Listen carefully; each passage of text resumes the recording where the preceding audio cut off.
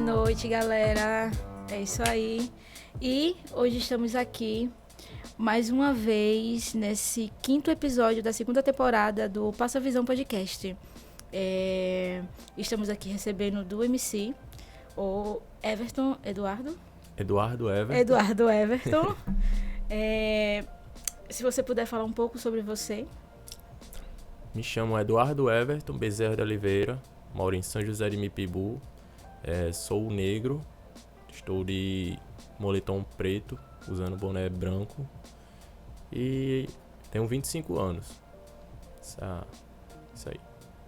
Certo. E como foi esse seu início no hip hop? Meu início no hip hop em si, digamos que foi em meados de 2010, onde ao final do ensino médio já estudava, porém antes já escrevia poesias, etc.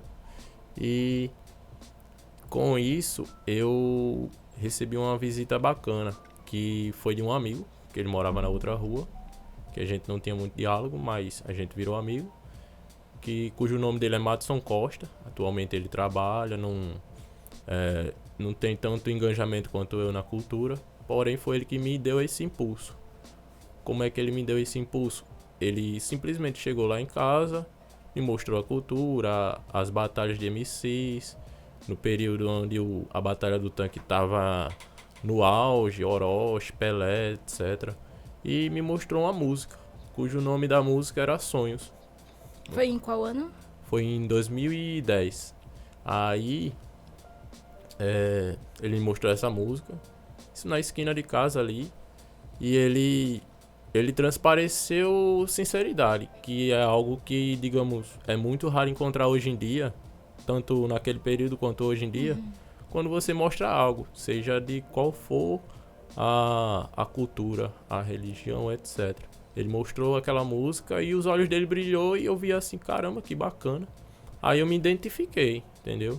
E dali eu dei processo a vários projetos e até hoje aí eu tô nessa luta, entendeu?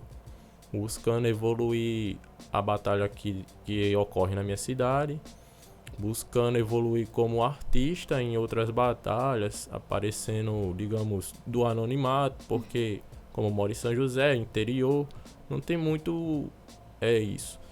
E Natal é grande, a gente se tromba com uma pessoa ali, outra aqui, conversa um pouquinho, já tem digamos, uma sintonia massa. E algo que não se encontra em cidade pequena, que é uma cidade que muitos habitantes, mas pouco conhecimento. Aí eu tô tentando dar esse engajamento lá. E como foi que você decidiu que, você conheceu isso através do seu amigo e tal, ele lhe apresentou, mas como você disse, é isso que eu quero fazer? Como foi esse início? Você começou escrevendo ou você já partiu realmente pro improviso? Na verdade, não. Na verdade, o improviso era mais um hobby, onde a gente fazia as melhores músicas, querendo ou não. Então, uma coisa complementa a outra. Digamos que é corpo e alma. O improviso, digamos que é a alma da música, entendeu? E o corpo é a letra. Então, sem um, o outro não sobrevive. E o freestyle, ele veio mais intenso nesse ano agora, entendeu?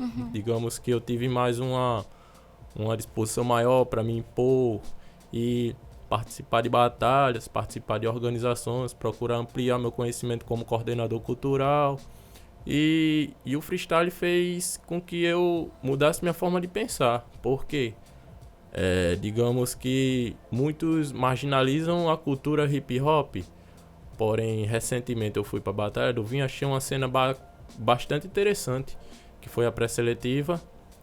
A gente tava lá e tinha uma criancinha, ela tava correndo pra lá e pra cá tão feliz, entendeu? Então ali me deu um ar de esperança, porque a humanidade hoje em dia tá escassa de amor, escassa de sinceridade, de tudo, entendeu?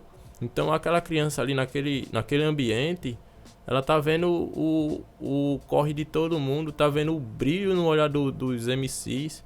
e tá vendo principalmente que a família tá acolhendo ela. Uma coisa interessante que eu queria deixar aqui é que minha família não apoia, entendeu? Queria deixar bem claro isso. Então, é uma coisa que você vai para as batalhas de MC, você participa de organização, é muita coisa que vem para você que lhe sobrecarrega. Então, pra mim, eu não julgo ninguém, mas pra mim, como eu já venho de uma educação rígida, onde meu pai e minhas duas irmãs não apoiam, é meio complicado. Porém, eu ergo a cabeça e sigo. Somente isso. Então, é a partir daí que eu vejo que não rebato com eles, não rebato com ninguém, eu sempre gosto de dialogar. E com isso eu vejo que dá pra ser um ser humano melhor e procurar melhorar a humanidade. Assim como eu vi que aquela criancinha vai ser uma pessoa ótima, tá entendendo? Então, é isso aí. Massa, massa. E como foi esse início da produção da Batalha do Coreto? O início? Aliás, há quanto tempo existe a Batalha do Coreto? Queria que você me falasse um pouco como foi esse início, quem esteve com você nesse início e da onde surgiu a ideia. Você disse, precisamos fazer isso aqui em São José. Foi justamente a partir desse meu amigo, o Matos, que a gente brincava de freestyle, fazia improviso.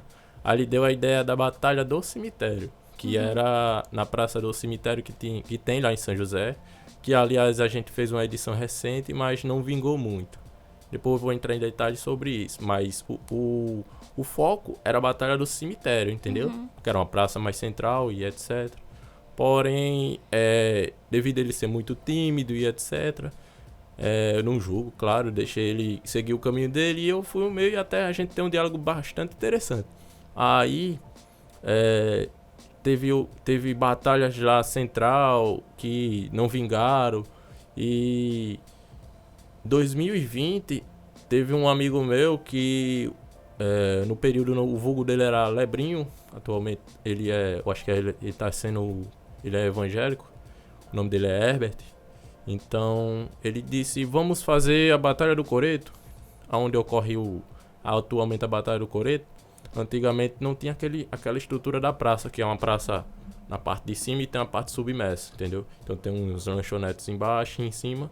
Então é algo bem viável pra gente, como organizador, porque se a gente não pode fazer em cima, a gente faz embaixo. Claro, tendo autorização, seguindo todas as demandas de lei, pra ser mais coerente. Então ele chegou pra mim e disse, vamos fazer? Eu disse, bora. Achei interessante, a gente fez a primeira edição em 2020, onde compareceu Mexicano, Sabota, a Menhore, ele recitou a poesia, etc. E outras pessoas que me fogem o nome. Então, a RTR, são pessoas que você, se for procurar fundo na cena hip hop, potiguar, você vai encontrar o nome de todos, entendeu?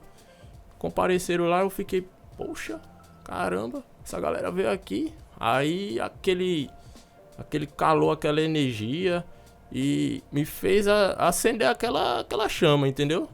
Então, digamos que aquele foi o ponto inicial. Aí teve essa edição e tentamos fazer outras. Porém, teve divergências e, querendo ou não, como uma família hip hop é uma família, toda família há discussões. Então, não tinha ideias que não batiam, pessoas que não concordavam com isso, mas também não se colocavam no lugar do outro, não tinham empatia. E uma hora ou outra as pessoas foram se desfazendo, findou que ficou só eu. Então, digamos, eu tô puxando o bonde, tentei várias vezes chamar outras pessoas, colaram comigo, mas não prosseguiram. E atualmente é eu e Fábio Lemos, que é um tatuador lá de São José de Mipibu, que ele disse que não se dispõe totalmente por causa do tempo dele corrido. E eu também não pressiono ele por causa disso. Mas é uma das pessoas que me dá um apoio quando eu preciso. Recentemente a gente fez a pré-seletiva que dá vaga ao estadual, e ele me ajudou. A gente fez algo bem simples, uma caixinha, compareceram os MCs, o público, e a gente fez, entendeu? Então, é algo que você olha e pensa, pô, acho que é fácil, mas não é. Coordenação cultural é uma coisa bem complexa. Então, para fazer o bagulho acontecer é complicado. É Não... complicado, sim.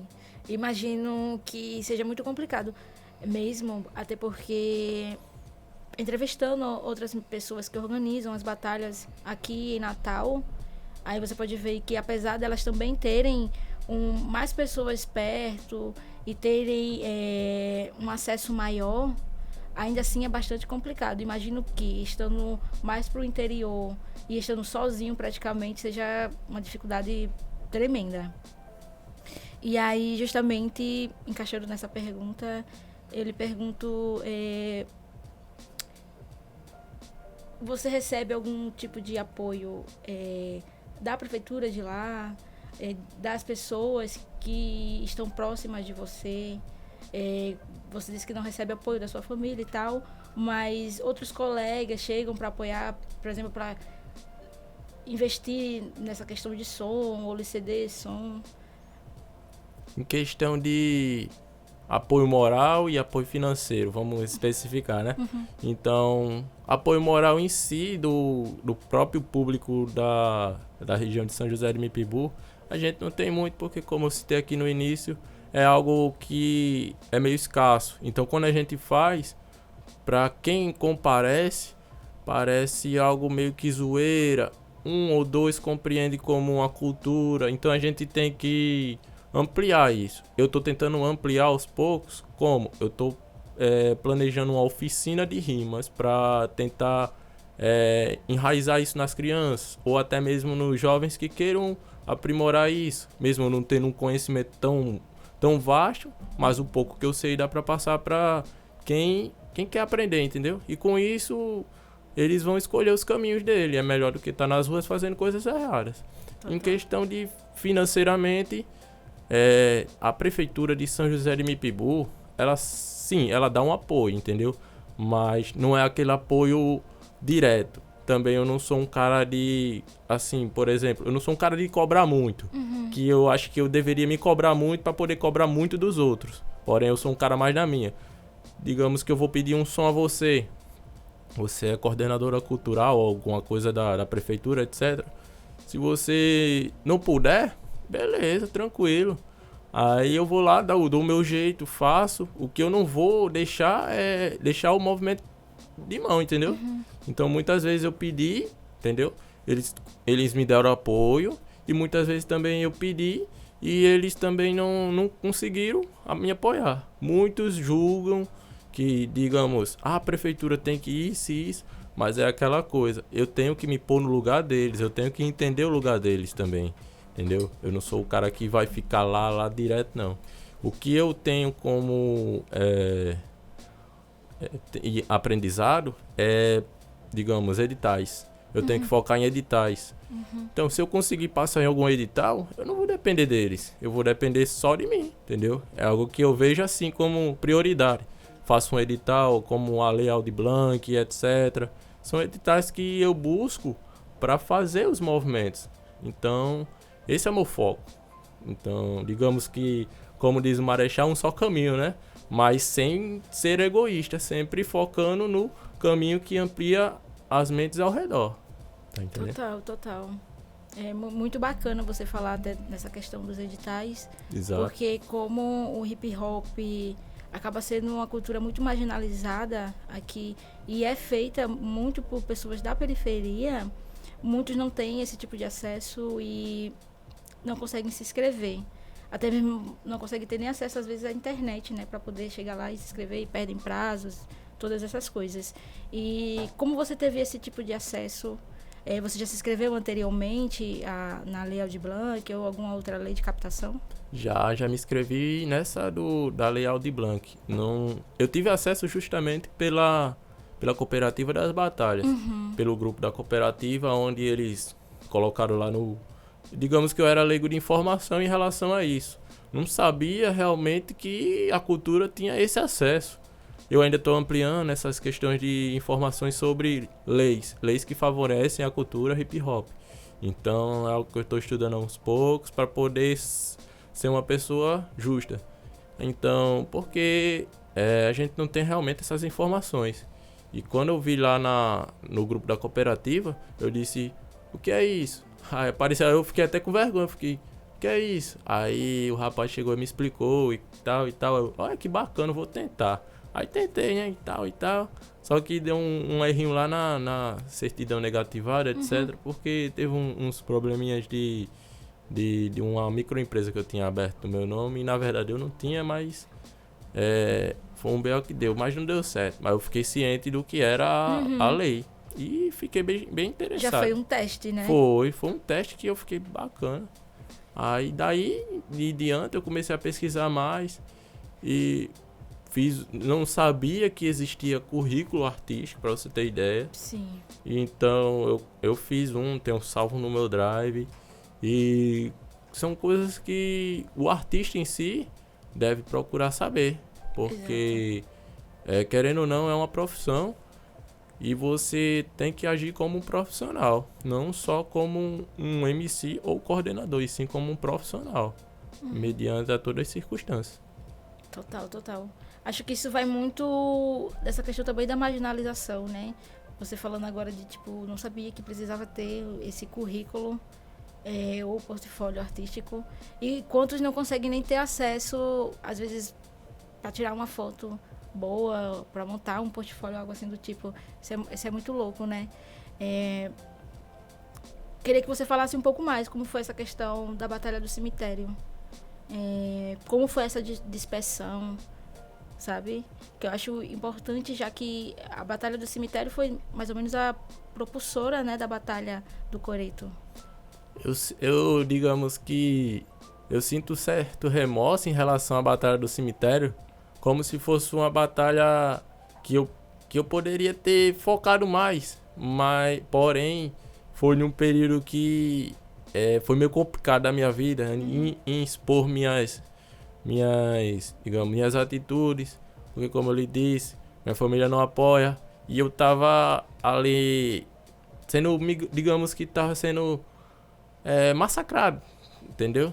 Não quero julgar ninguém, mas eu tava num período bem complicado, onde se eu saísse, aí já começava aqueles vai fazer não sei o que e tal, tá entendendo? Eles são bem fechados, né?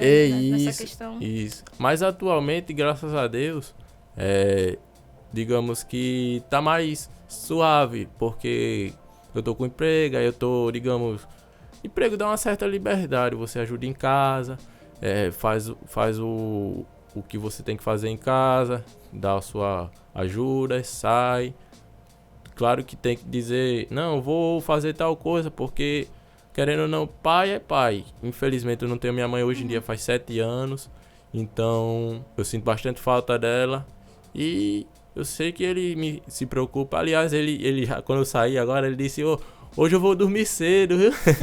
Aí eu, beleza. Mas é aquela coisa, quando vem pra Natal, geralmente é a questão de Uber, essas coisas, ônibus. Aí pra voltar pra São José é bem complicado. Mas é sempre isso. Então, no período da Batalha do Cemitério foi complicado. Então, pra manter ela, faltou muito do que eu falei aqui hoje. Então, digamos que o aprendizado que eu tenho hoje, eu não tive naquele tempo, resumindo. Se eu tivesse o aprendizado que eu tenho hoje, antigamente não teria morrido a Batalha do Cemitério. Questão de a gente se reunir na praça e ficar com receio de ser coagido pela polícia. Porque hoje em dia eu tenho a noção de que a polícia só pode coagir a gente se a gente não tiver autorização para usar certa praça. Tá entendendo? São coisas que a gente não pensa às vezes. E essas certas informações eu não tinha naquele tempo. Hoje eu chego na Secretaria de Cultura, eu quero autorização para fazer um evento. Não vou aglomerar muita gente, vai ser algo só ali entre amigos. Aí o pessoal conversa, porque muita gente chega muito arrogante e arrogância gera arrogância. E naquele tempo eu não tinha essa expressão mais aberta. Aí, digamos que atualmente a gente tentou fazer, mas devido à escassez de componentes no grupo, não conseguimos. Então eu iria ficar sobrecarregado com 2 batalhas. Aí eu optei por Coreto, porque é uma batalha cooperada pela CDB, e já tá mais fixa. Então, quem sabe mais para frente a gente reviva com a organização melhor a Batalha do Cemitério. Total, total. Você falando sobre isso e falar sobre o seu pai e falar sobre a preocupação dele, que já vem também dessa questão da marginalização que muitas pessoas acabam recebendo através da mídia, tudo isso. Eu lhe pergunto o porquê, o que lhe motiva a continuar, saca? Apesar de tantas dificuldades e de ter uma pessoa que é tão importante, né? Imagino que a opinião do seu pai seja muito importante. E eu lhe pergunto justamente por que continuar e o que lhe motiva a continuar. Minha mãe. Faz 7 anos que ela faleceu e digamos que foi um período que eu me lasquei mais. Como diz o nordestino, tava lascado. Mas eu não sabia o que queria da vida, literalmente. Digamos, resumidamente, passo a passo, você nasce, cresce, procria e morre. Mas nesse meio período, o que é que você faz? Você vive? Porque a gente tem 365 dias do ano, porém, quando a gente menos espera no estralar de dedos, termina o ano e você não conquistou nada. Conquistou nada no que eu digo, na sua vida pessoal, na sua vida profissional.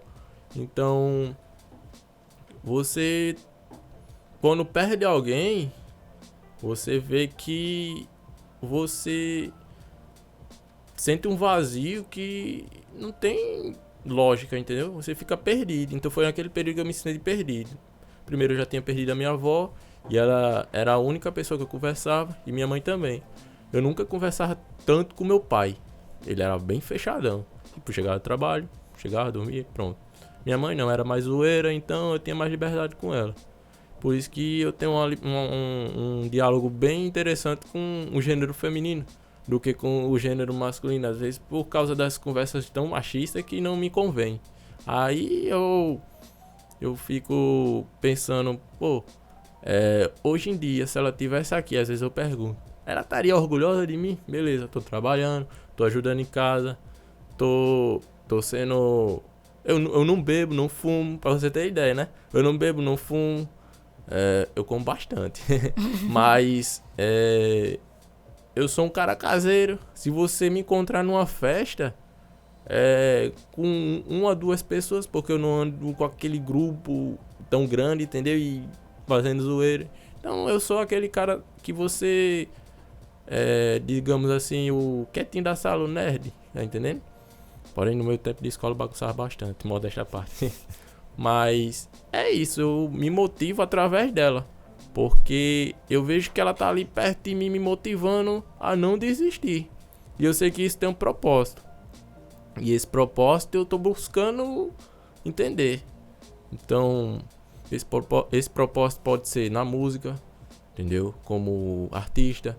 Pode ser como MC de freestyle, de rimas de improviso. Pode ser como coordenador cultural. Pode ser como qualquer elemento que englobe o hip hop. Mas, como eu disse no início, que o meu amigo Madison me mostrou aquela música Sonhos, então aqueles sonhos estão comigo até hoje, entendeu? Então eu tô levando esse sonho comigo. E esse sonho eu tô levando de olhos abertos. E com isso é que me motiva. E também muitas vezes, muitas pessoas já chegaram até mim e me disseram, isso aí é bacana, tal. Tá me motivando, que legal. Isso me motiva também. São coisas tão simples que motivam a pessoa que você menos nem imagina. Total, total. E serve de inspiração, né? Justamente como você mencionou daquele boyzinho que tava na Batalha do Vinho. Ele vai crescer olhando aquelas pessoas e quem sabe também pode chegar a coisas grandiosas, né? Justamente você falar em improviso, manda aí o improviso pra gente. Sem beat, só na capela? Só na capela. Então vou fazendo a rima de coração. Vou mandando um salve pro podcast Passa a Visão. Eu tô passando sempre a minha visão. Mas pode prestar atenção, não tô de óculos não. Pode crer, eu sou o MC do Venho de muito longe, São José de Mipibu, mas eu não sei o que hora eu posso voltar. Eu sei que eu vim aqui e sempre vou representar com muito amor. Eu rimo até amanhã, eu posso até errar no Instagram, mas eu não lembrei o nome do Instagram. Mas eu sei que eu vou rimar pro meu pai e pra minhas duas irmãs, que elas vão ver até o podcast e vão falar que menino cabra da peste, porque eu sou menino e represento sempre a cultura hip hop e os nordestinos. Massa demais, massa demais. Inclusive, falar em Instagram, deixa aí seu Instagram, o Instagram da Batalha do Coreto e de outras batalhas que você participe. O meu Instagram é @duMC, du com DUHMC07. Então, o da Batalha do Coreto é @Batalha do Coreto SJM, que é São José de Mipibu. E os outros, eu queria deixar também o da CDB, que é a CDB underline 84, se eu não me engano, ou é 084, me fugiu da mente. Mas a partir do momento que botar CDB aparece. E tem muitas batalhas para me citar, então eu vou deixar esses 3, que a partir do momento que você entrar na CDB, você já vai acompanhar bastante batalha. Massa demais, massa demais. E muito obrigada pela sua disponibilidade de estar aqui essa noite. Quero agradecer a Caio, Pablo, por estar aqui, ter topado essa empreitada. Esse é o 5º e último episódio dessa 2ª temporada. Quero agradecer a Sebrae, que está nos apoiando através do edital de Economia Criativa 2022, e a S Music Studio, e a todo mundo que nos ouviu, nos viu. Enfim, até a próxima temporada.